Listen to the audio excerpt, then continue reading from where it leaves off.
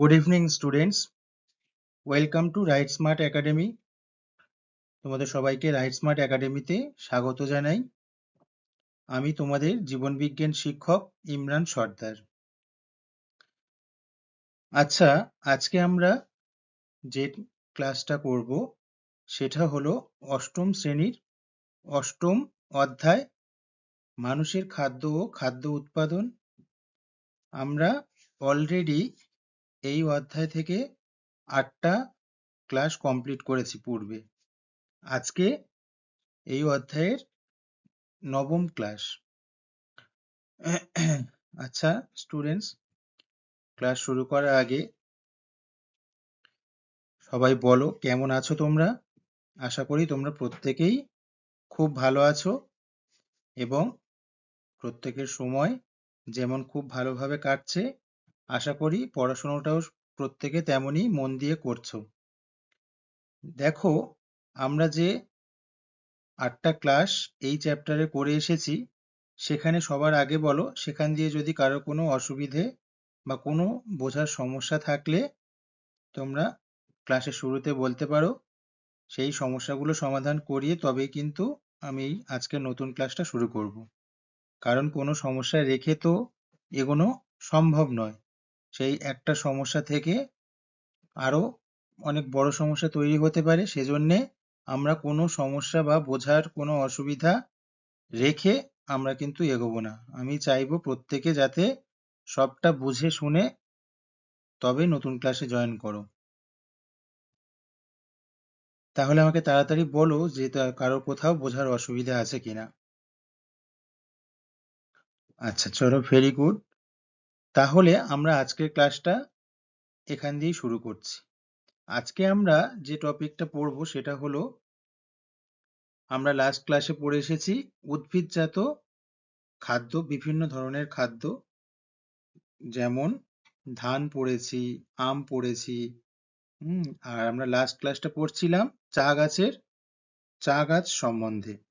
আমরা সেই চা গাছেরই চাষ করার পদ্ধতিগুলো আমরা আজকে জেনে নেব এবং সেখান দিয়েই আমরা আজকের ক্লাসটা শুরু করব। দেখো চা গাছ কেমন দেখতে হয়, দেখে নাও। একদম ফুলগুলো এমন দেখতে হয়। চা গাছ তুমি দূর থেকে দেখলেও বুঝতে পারবে, বা তোমরা যদি আগে দেখে থাকো তাহলে তো সহজেই বুঝতে পারবে। দূর থেকে দেখলে কিভাবে বুঝতে পারবে? চা গাছ কিন্তু নর্মাল গাছের মতো অতটা দৈর্ঘ্যেরও হয় না, আর চা গাছ নর্মাল গাছ যেমন সমতলে হয় তেমন হয় না। কারণ চা গাছ জন্মাতে উঁচু জায়গার প্রয়োজন হয়, বা কতটা উঁচু না, প্রায় 1500 থেকে 2000 মিটার উচ্চতায় চা গাছ ভালো জন্মায়, এবং সেটা পাহাড়ি এলাকা হলে আরো ভালো। আর চা গাছের জন্য আমরা লাস্ট ক্লাসে পড়েছিলাম কি, উপযুক্ত মাটি কেমন হওয়া দরকার না, আম্লিক হওয়া দরকার। তাহলে দেখো চা গাছের চাষের বিভিন্ন পদ্ধতি। প্রথম প্রথম কি করতে হবে না, জমি তৈরি করতে হবে। চা গাছ চা গাছ চাষ করার জন্য প্রথমেই যে কোনো যে কোনো কিছু চাষ করতে গেলে আগে কি তৈরি করতে হয় না, জমিটা আগে ভালোভাবে তৈরি করতে হয়। কারণ যার উপরে দাঁড়িয়ে গাছটা হবে সেটা যদি উর্বরশীল না হয়, তাহলে ভালো মতো চাষ হবে না, বা ভালো মতো আমরা তাহলে বাজারজাত দ্রব্য পাবো না। সেজন্য আগে জমিটা ভালো করে তৈরি করতে হয়। দেখো, চা চাষের জমিতে দাঁড়িয়ে থাকা সব উদ্ভিদ মূলশুদ্ধ উপড়ে ফেলা হয়। চা চাষের জমিতে আরো যে ধরনের উদ্ভিদ থাকে, চারাগাছ থাকে, বিভিন্ন ধরনের চা গাছ ছাড়া আরো যা যা উদ্ভিদ জন্মায়, সেগুলোকে আমরা প্রথমেই মূলশুদ্ধ উপড়ে ফেলতে হবে। কারণ ওখানে আগাছা জন্মালে কিন্তু হবে না চা বাগানে। কারণ মাটির নিচে মূল রয়ে গেলে সেখান থেকে নতুন চা উদ্ভিদে নানা রোগের সংক্রমণ ঘটতে পারে। আর মাটির নিচে যদি কোনো মূল থেকে যায়, সেই মূল পচে সেখান দিয়ে কি হতে পারে না, আমরা যে নতুন চা গাছ চাষ করব সেই গাছে কিন্তু রোগ সংক্রমণ হওয়ার সম্ভাবনা থাকে। তারপর কি করতে হয়, অন্তত 45 সেন্টিমিটার অবধি গভীরভাবে মাটি চষা হয়। তাহলে দেখো, প্রথমে আমরা কি করছি, বাদবাকি যে ধরনের উদ্ভিদ যেখানে চা চাষ করব সেই মাটিতে জন্মানো বাদবাকি সব ধরনের উদ্ভিদ মূল শুদ্ধ উপড়ে ফেলা হয় এবং তারপরে অন্তত ৪৫ সেন্টিমিটার অবধি মাটি গভীরভাবে চাষ করা হয় বা খনন করা হয়। এরপর গুয়াটেমালা ঘাস, সিট্রোনেলা ঘাস আর ক্রোটালারিয়া ও আরো অন্যান্য কিছু উদ্ভিদ চাষ করা হয়। তাহলে দেখো কোন কোন উদ্ভিদ চাষ করা হচ্ছে না, গুয়াটেমালা ঘাস, সিট্রোনেলা ঘাস আর ক্রোটালারিয়া, এই দুই ধরনের ঘাস আর ক্রোটালারিয়া এবং আরো আরো অন্যান্য অনেক কিছু উদ্ভিদ রয়েছে যেগুলো চাষ করা হয়। এনপিকে জাতীয় অজৈব সার বা জৈব সার দেওয়া হয়। এনপিকে মানে নাইট্রোজেন, ফসফরাস এবং পটাশিয়াম জাতীয় কিছু অজৈব সার আছে যেগুলি বা জৈব সার যেগুলি কিন্তু চাষ করার সময় দেওয়া হয়। এই ধরনের ফসলের চাষ মাটির গঠন উন্নত করে আর মাটিতে জৈব পদার্থের পরিমাণ বাড়ায়।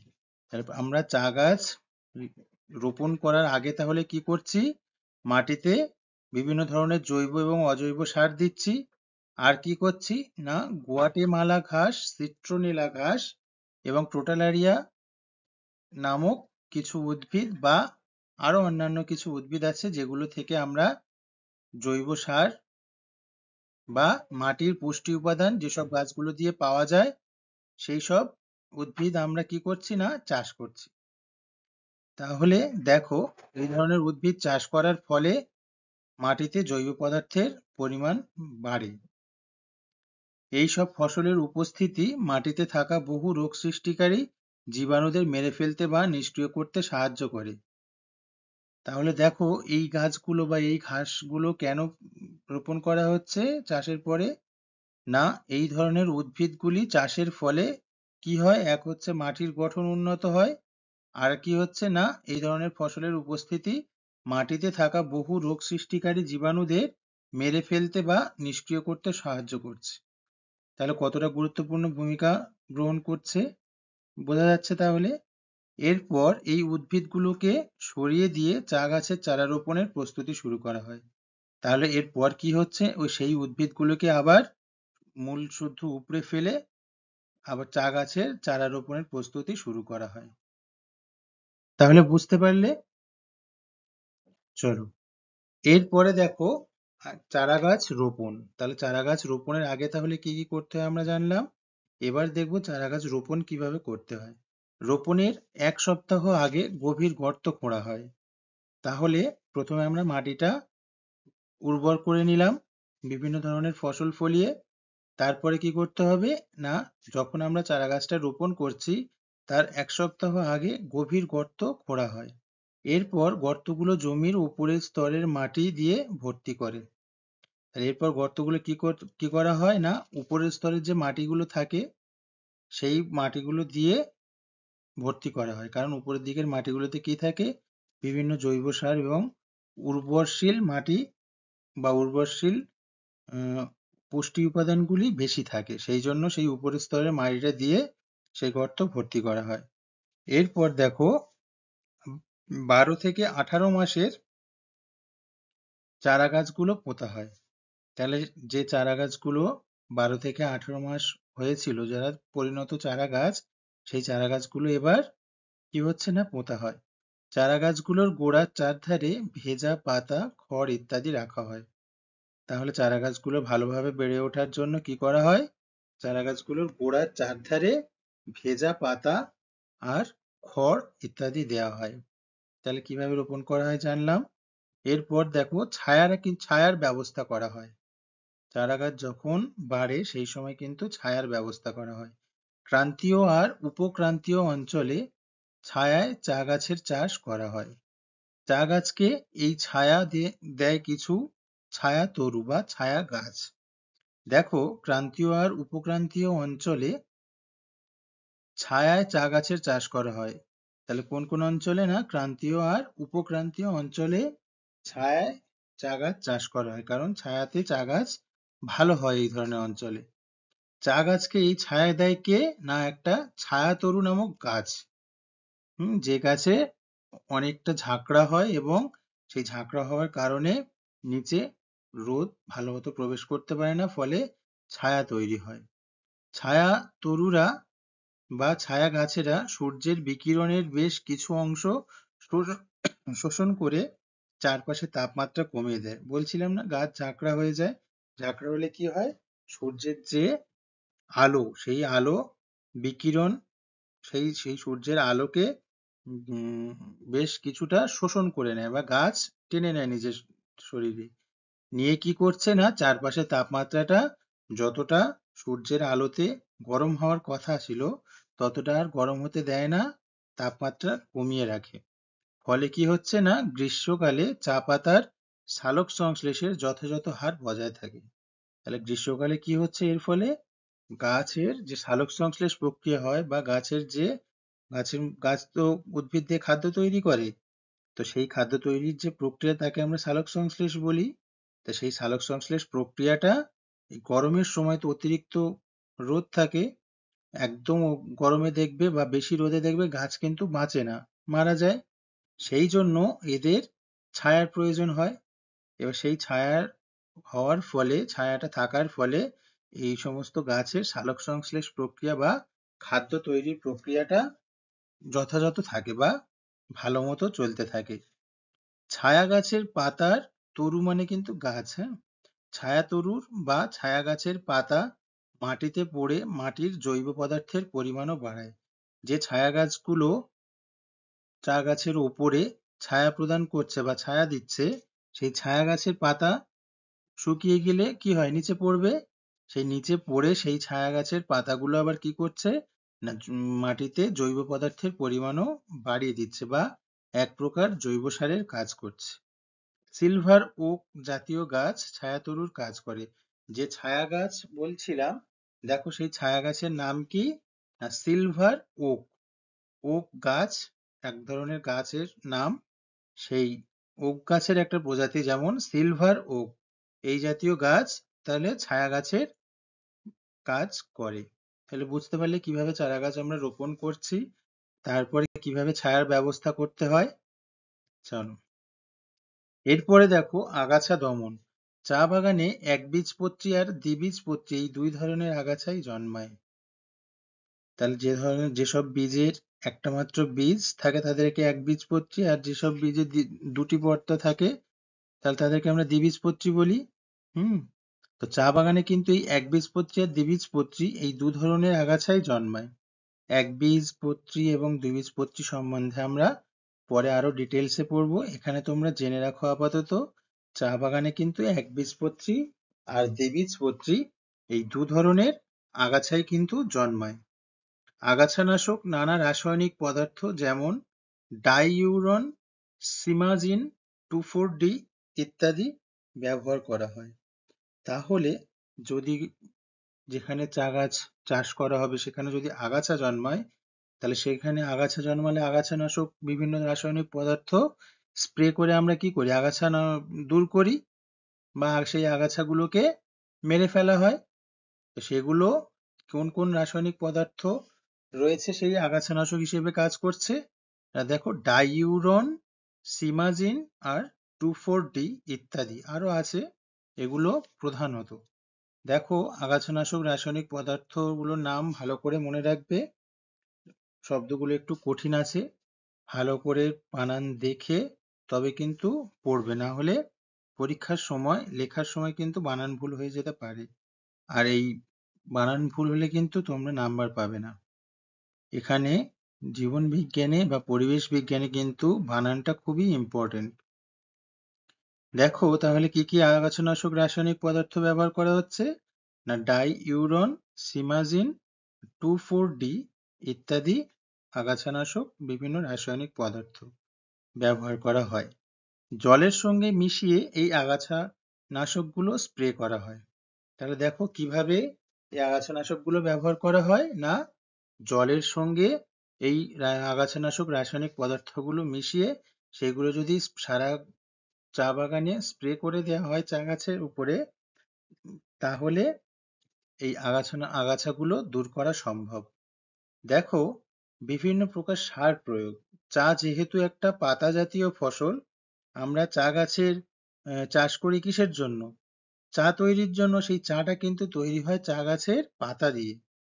তাই বলছে যেহেতু চা একটা পাতা জাতীয় ফসল তাই নাইট্রোজেনযুক্ত সার প্রয়োগে উৎপাদন বাড়ে। এমনি উদ্ভিদের বৃদ্ধির জন্য কিন্তু নাইট্রোজেনযুক্ত সার আমাদের বেশি প্রয়োজন হয় উদ্ভিদের বৃদ্ধির জন্য। তেমনি দেখো চা যেহেতু একটা পাতা জাতীয় ফসল তাই নাইট্রোজেনযুক্ত সার প্রয়োগে কিন্তু এর উৎপাদন বাড়ে। ইউরিয়া, অ্যামোনিয়াম সালফেট বা ক্যালসিয়াম অ্যামোনিয়াম নাইট্রেট প্রভৃতি সার ব্যবহারের মাধ্যমে মাটিতে নাইট্রোজেনের পরিমাণ বাড়ানো যায়। উদ্ভিদের বৃদ্ধির ক্ষেত্রে এই নাইট্রোজেন যৌগ কিন্তু একটা গুরুত্বপূর্ণ উপাদান। সেই নাইট্রোজেন যুক্ত সার কিভাবে তাহলে মাটিতে বাড়বে? না দেখো ইউরিয়া, অ্যামোনিয়াম সালফেট বা ক্যালসিয়াম অ্যামোনিয়াম নাইট্রেট এগুলি কিন্তু একটা নাইট্রোজেন যৌগ। এইগুলি সার হিসেবে ব্যবহারের মাধ্যমে মাটিতে কিন্তু নাইট্রোজেনের পরিমাণ কি করা যায় না বাড়ানো যায়। আর মাটিতে নাইট্রোজেন বাড়লে কিন্তু উদ্ভিদের কি হবে? উৎপাদনও বেড়ে যাবে বা উদ্ভিদের যেহেতু গ্রোথ বা বৃদ্ধি বেশি তাড়াতাড়ি হবে সেই জন্য উদ্ভিদের উৎপাদনও কিন্তু বৃদ্ধি হবে। তাহলে এখানে কি কি সার প্রয়োগ করা হচ্ছে সেগুলো কিন্তু খুবই ইম্পর্টেন্ট। ভালো করে মনে রাখবে যে নাইট্রোজেন যুক্ত সার ব্যবহার করা হয় এবং সেগুলো কি কি সার ব্যবহারের মাধ্যমে মাটিতে নাইট্রোজেন বাড়ে? না ইউরিয়া, অ্যামোনিয়াম সালফেট বা ক্যালসিয়াম অ্যামোনিয়াম নাইট্রেট এই ধরনের সার ব্যবহারের মাধ্যমে কিন্তু মাটিতে নাইট্রোজেনের পরিমাণ বাড়ানো যায়। তাহলে বুঝতে পারলে? কোথাও বোঝার অসুবিধা আছে? চলো, ভেরি গুড। এরপরে দেখো জলসেচ। উত্তর পূর্ব ভারতে শুখা মরশুমে মানে যে সময়টা শুকনো থাকে বা গরমের সময় বা যে সময় বৃষ্টি হয় না সেই সময় সাধারণত ফোয়ারা পদ্ধতিতে জলসেচের ব্যবস্থা করা হয়। তাহলে কি বলছে দেখো, উত্তর পূর্ব ভারতে যখন শুকনো মরশুম যখন বৃষ্টিপাত কম হয় সেই সময় সাধারণত ফোয়ারা পদ্ধতি জলসেচের ব্যবহার করা হয়। ফোয়ারা পদ্ধতিতে মানে ফোয়ারা পদ্ধতি মানে এক জায়গা দিয়ে জল বিভিন্ন জায়গায় ছড়িয়ে পড়ার যে পদ্ধতি।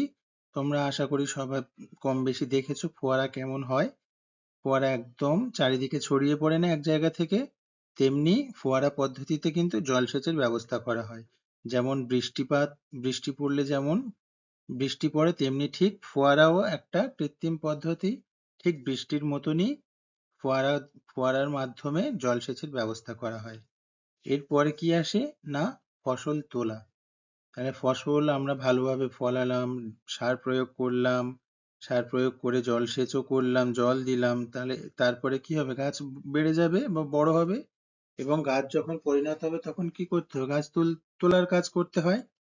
দেখো ফসল তোলা, অগ্রমুকুল পর্বমধ্য আর তার ঠিক নিচের দুটো বা তিনটে পাতাযুক্ত চা গাছের নবীন শাখা তোলা হয়। দেখো কি কি জিনিস তোলা হয়? অগ্রমুকুল একদম আগার যে মুকুল থাকে সেটা, পর্ব মধ্য দুটো পর্বের মধ্যে বা দুটো পাতার মধ্যে যে গ্যাপ সেই পর্ব মধ্য আর তার ঠিক নিচে দুটো বা তিনটে পাতাযুক্ত চা গাছের নূতন শাখা তোলা হয়, অর্থাৎ একটা কুঁড়ি আর দুটো বা তিনটে পাতা এইটুকু জিনিস কিন্তু তোলা হয়। এই কাজের উপরেই নির্ভর করে চায়ের উৎপাদন আর চায়ের গুণাগুণ। তাহলে এইভাবে যদি তোলা হয় বা চা গাছে কাটা হয় তাহলে কিন্তু এই কাজের উপরেই নির্ভর করে চায়ের উৎপাদন আর চায়ের গুণাগুণ বা চা কতটা ভালো হবে। বাণিজ্যিক চা গাছগুলো থেকে বছরে 35 থেকে 40 বার পাতা তোলা হয়। যে চা গাছগুলো বাণিজ্যিক বা তোমার ব্যবসার জন্য বা চাষবাস করা হয় বিক্রির জন্য, বাজারজাত দ্রব্য হিসেবে ব্যবহার করার জন্য যদি ব্যবহার করা হয় সেই গাছগুলো থেকে বছরে কতবার পাতা তোলা হয়? না 35 থেকে 40 বার।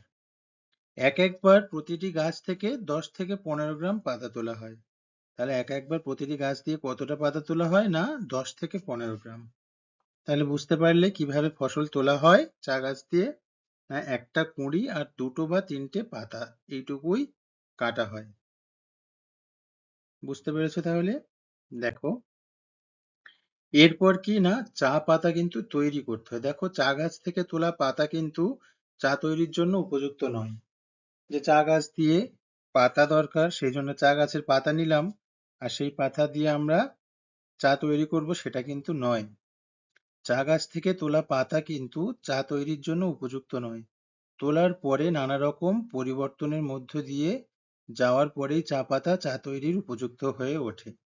সেটা কিভাবে ওঠে, কিভাবে তৈরি হয়, সেটা আমাদের আর অতটা ডিটেলসে না পড়লেও চলবে বা না জানলেও চলবে। আপাতত এটা জেনে রাখো যে চা গাছ থেকে যে পাতাগুলো তোলা হয় সেটা কিন্তু একেবারে চা তৈরির জন্য উপযুক্ত নয়।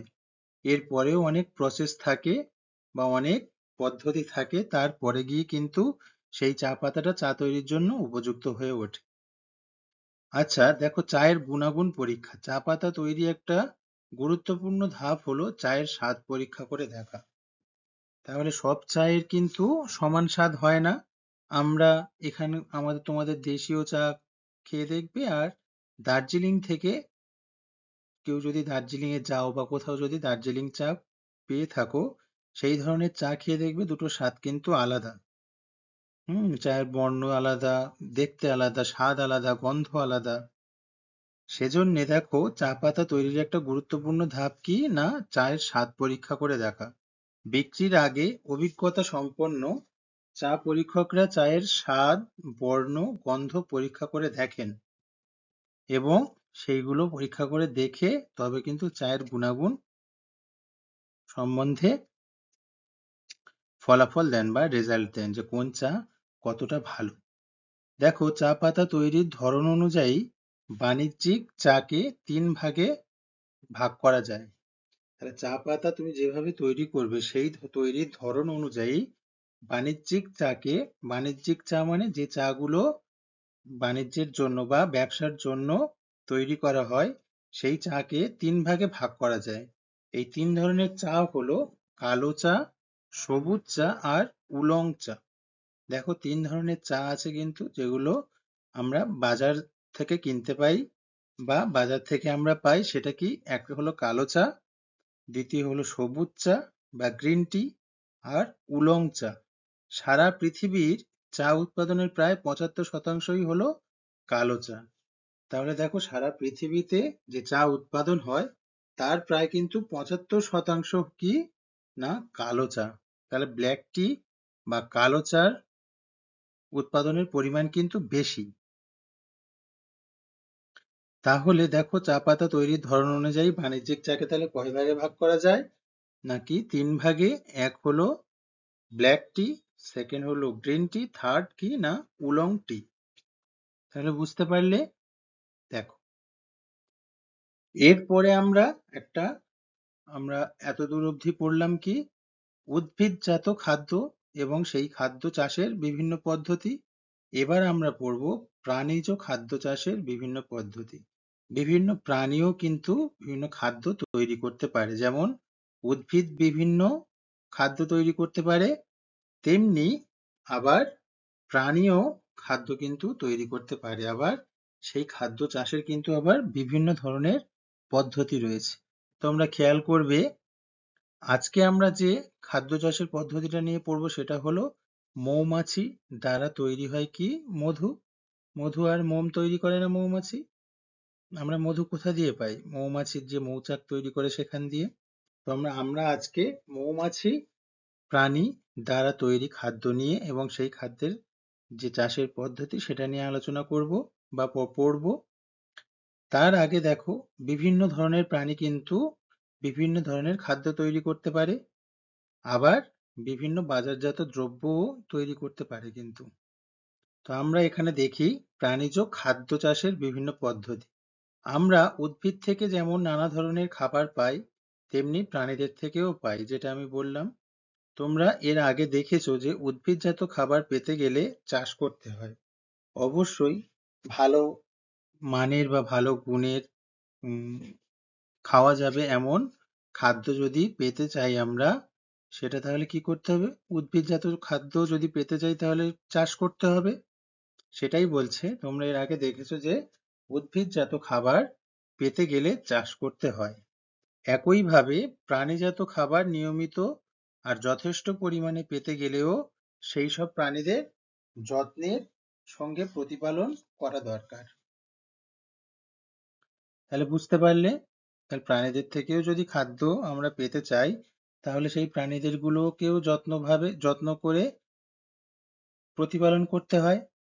আর সেই সঙ্গে দরকার তাদের প্রজননের সুব্যবস্থা করা, যাতে তাদের বংশবিস্তার হয় এবং তারা বর্তমানে এবং ভবিষ্যতেও আমাদেরকে খাদ্য দিতে পারে।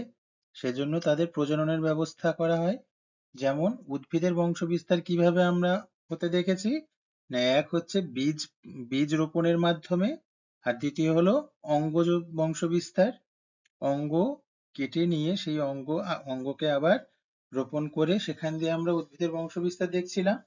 কিন্তু প্রাণীদের বংশবিস্তার কেমন ভাবে হবে না, প্রাণীদের প্রজননের মাধ্যমে বংশবিস্তার ঘটে। সেই জন্য যে প্রাণীদের থেকে আমরা খাদ্য পাবো, সেই প্রাণীদের বংশবিস্তারের জন্য তাদের প্রজননের সুব্যবস্থা করাও দরকার। এর নাম কি না, এটাই হলো পশুপালন বা অ্যানিম্যাল হাজবেন্ড্রি। এই পদ্ধতিকে আমরা কি বলছি? পশুপালন বা অ্যানিম্যাল হাজবেন্ড্রি। আমরা এখানে মৌমাছি, মাছ আর মুরগি পালন সম্বন্ধে জানবো। তাহলে এখানে আমরা কি কি জানবো না, মৌমাছি, মাছ আর মুরগি পালন সম্বন্ধে। দেখো, এখানে কয়েকটা ছবি দেখতে পাচ্ছ। মৌমাছি বিভিন্ন ফুল থেকে কি সংগ্রহ করছে না, মধু। আর দেখো মৌমাছিরা যে মৌচাক তৈরি করে, সেই মৌচাকটা কিন্তু এইরকম দেখতে হয়। দেখো, ষড়ভুজাকারের বা 6টা বাহু আকৃতির। দেখো, খোপ খোপ তৈরি করে। সেই এটাকে কি বলছি না, মৌচাক। এগুলো কিন্তু মোম দ্বারা তৈরি। আর একটা মৌমাছিদের যে চাষ করে, যেভাবে চাষ করা হয়, দেখো একটা বক্সের মধ্যে এই মৌমাছিরা চাক বা বাসা বেঁধেছে। এটা হচ্ছে এই মৌমাছিগুলোকে চাষ করে তৈরি করা হয়। দেখো, পরের ছবিটাতে রয়েছে 3টে মৌমাছির ছবি। এই 3টি মৌমাছি, প্রথম মৌমাছিটা দেখো তুলনামূলক সবচাইতে বড়। এই মৌমাছিকে বলা হয় রানী মৌমাছি। মৌমাছিরা কিন্তু 3 ধরনের হয়। এক হলো তাদের মধ্যে একজন রানী থাকে, আর এক ধরনের মৌমাছি দেখো যেটা মাঝখানে আছে, সেটাকে আমরা বলছি পুরুষ মৌমাছি। হ্যাঁ, আর স্ত্রী মৌমাছিটা হলো কিন্তু রানী মৌমাছি। আর সবচাইতে ছোট যে মৌমাছিগুলো দেখো, ওগুলোকে বলা হয় কিন্তু শ্রমিক মৌমাছি। 3 ধরনের মৌমাছি থাকে, একটা হলো রানী মৌমাছি, একটা হলো পুরুষ মৌমাছি, আর একটা কি না, শ্রমিক মৌমাছি।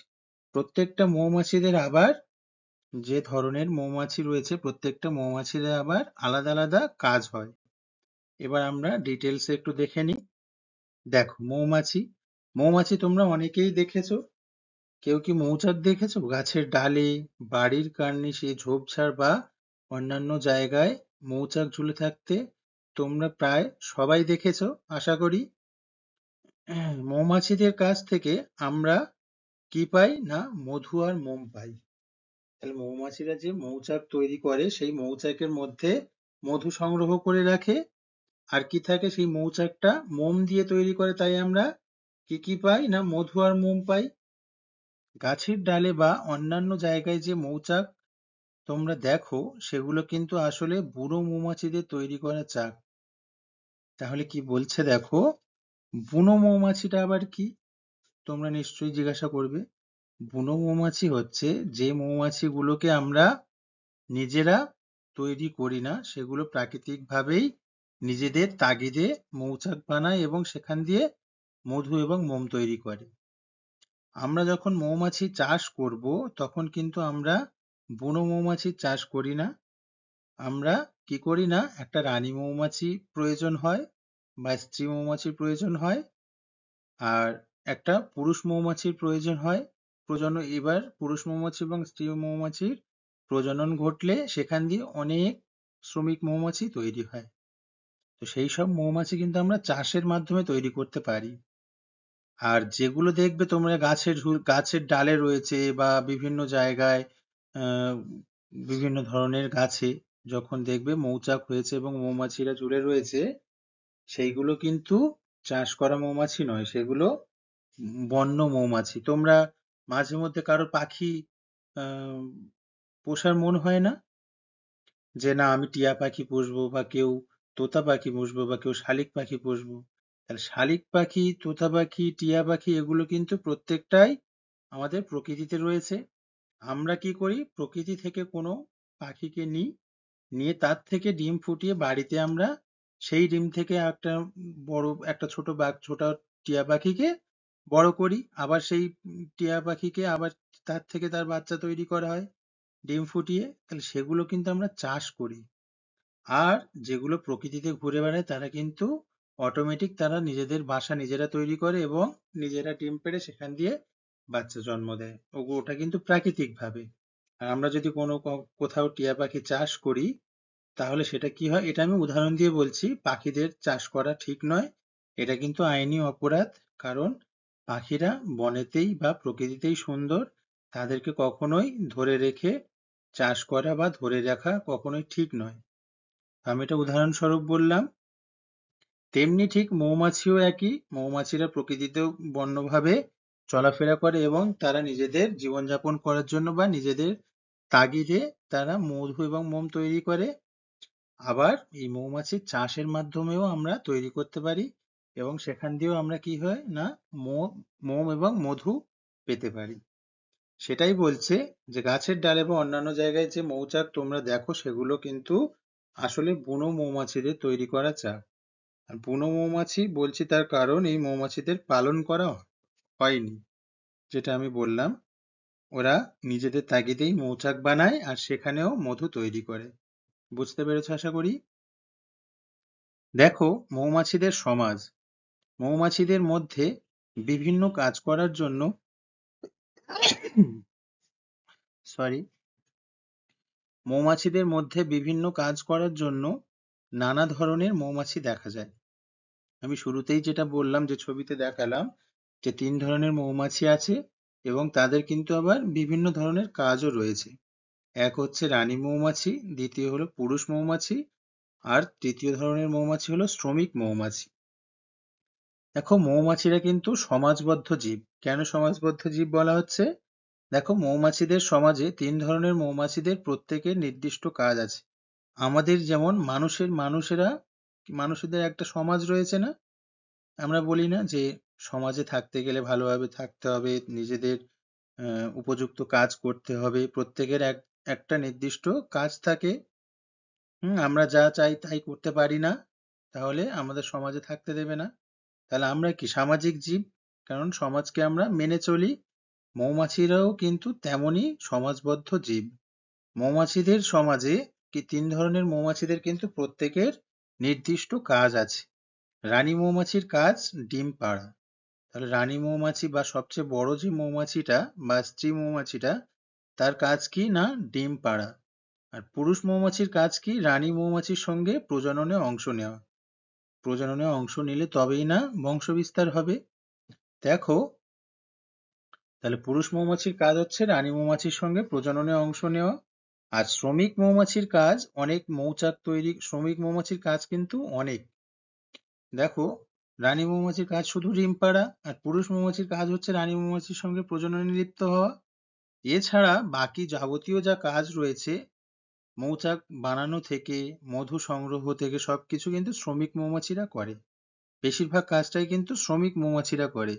দেখো, তাদের কি কি কাজ না, মৌচাক তৈরি করা, ফুলের পরাগরেণু আর মকরন্দ। মকরন্দ মানে হচ্ছে মধু।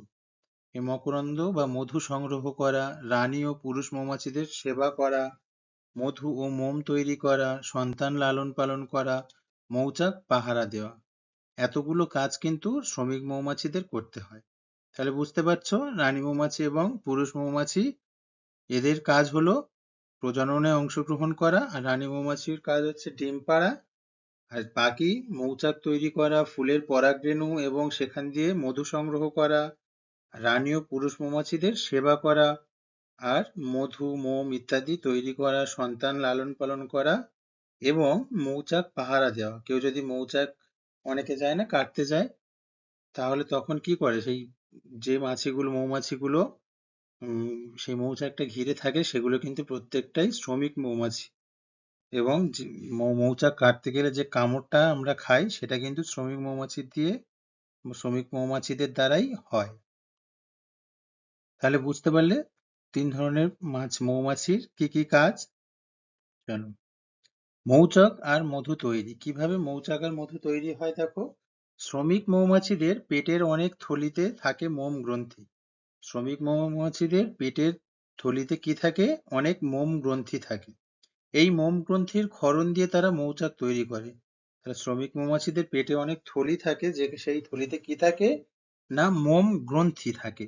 সেই গ্রন্থি থেকে কি হয়? মোম ক্ষরণ হয় এবং সেখান দিয়ে তারা কি তৈরি করে না মৌচাক। সেই মৌচাকটা কিন্তু এক ধরনের মোম দিয়ে তৈরি হয়। প্রতিটি মৌচাকে অসংখ্য ষড়ভুজাকৃতি প্রকোষ্ঠ থাকে।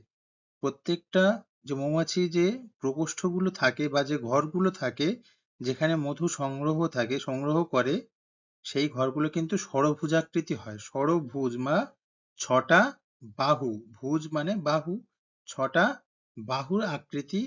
সেই প্রকোষ্ঠর যে আকৃতিটা সেটা ষড়ভুজাকৃতি হয় বা ছটা বাহুর আকৃতি দ্বারা তৈরি হয়। আর মৌমাছি মধু কিভাবে তৈরি করে না, শ্রমিক মৌমাছিরা ফুল থেকে মধু সংগ্রহ করে।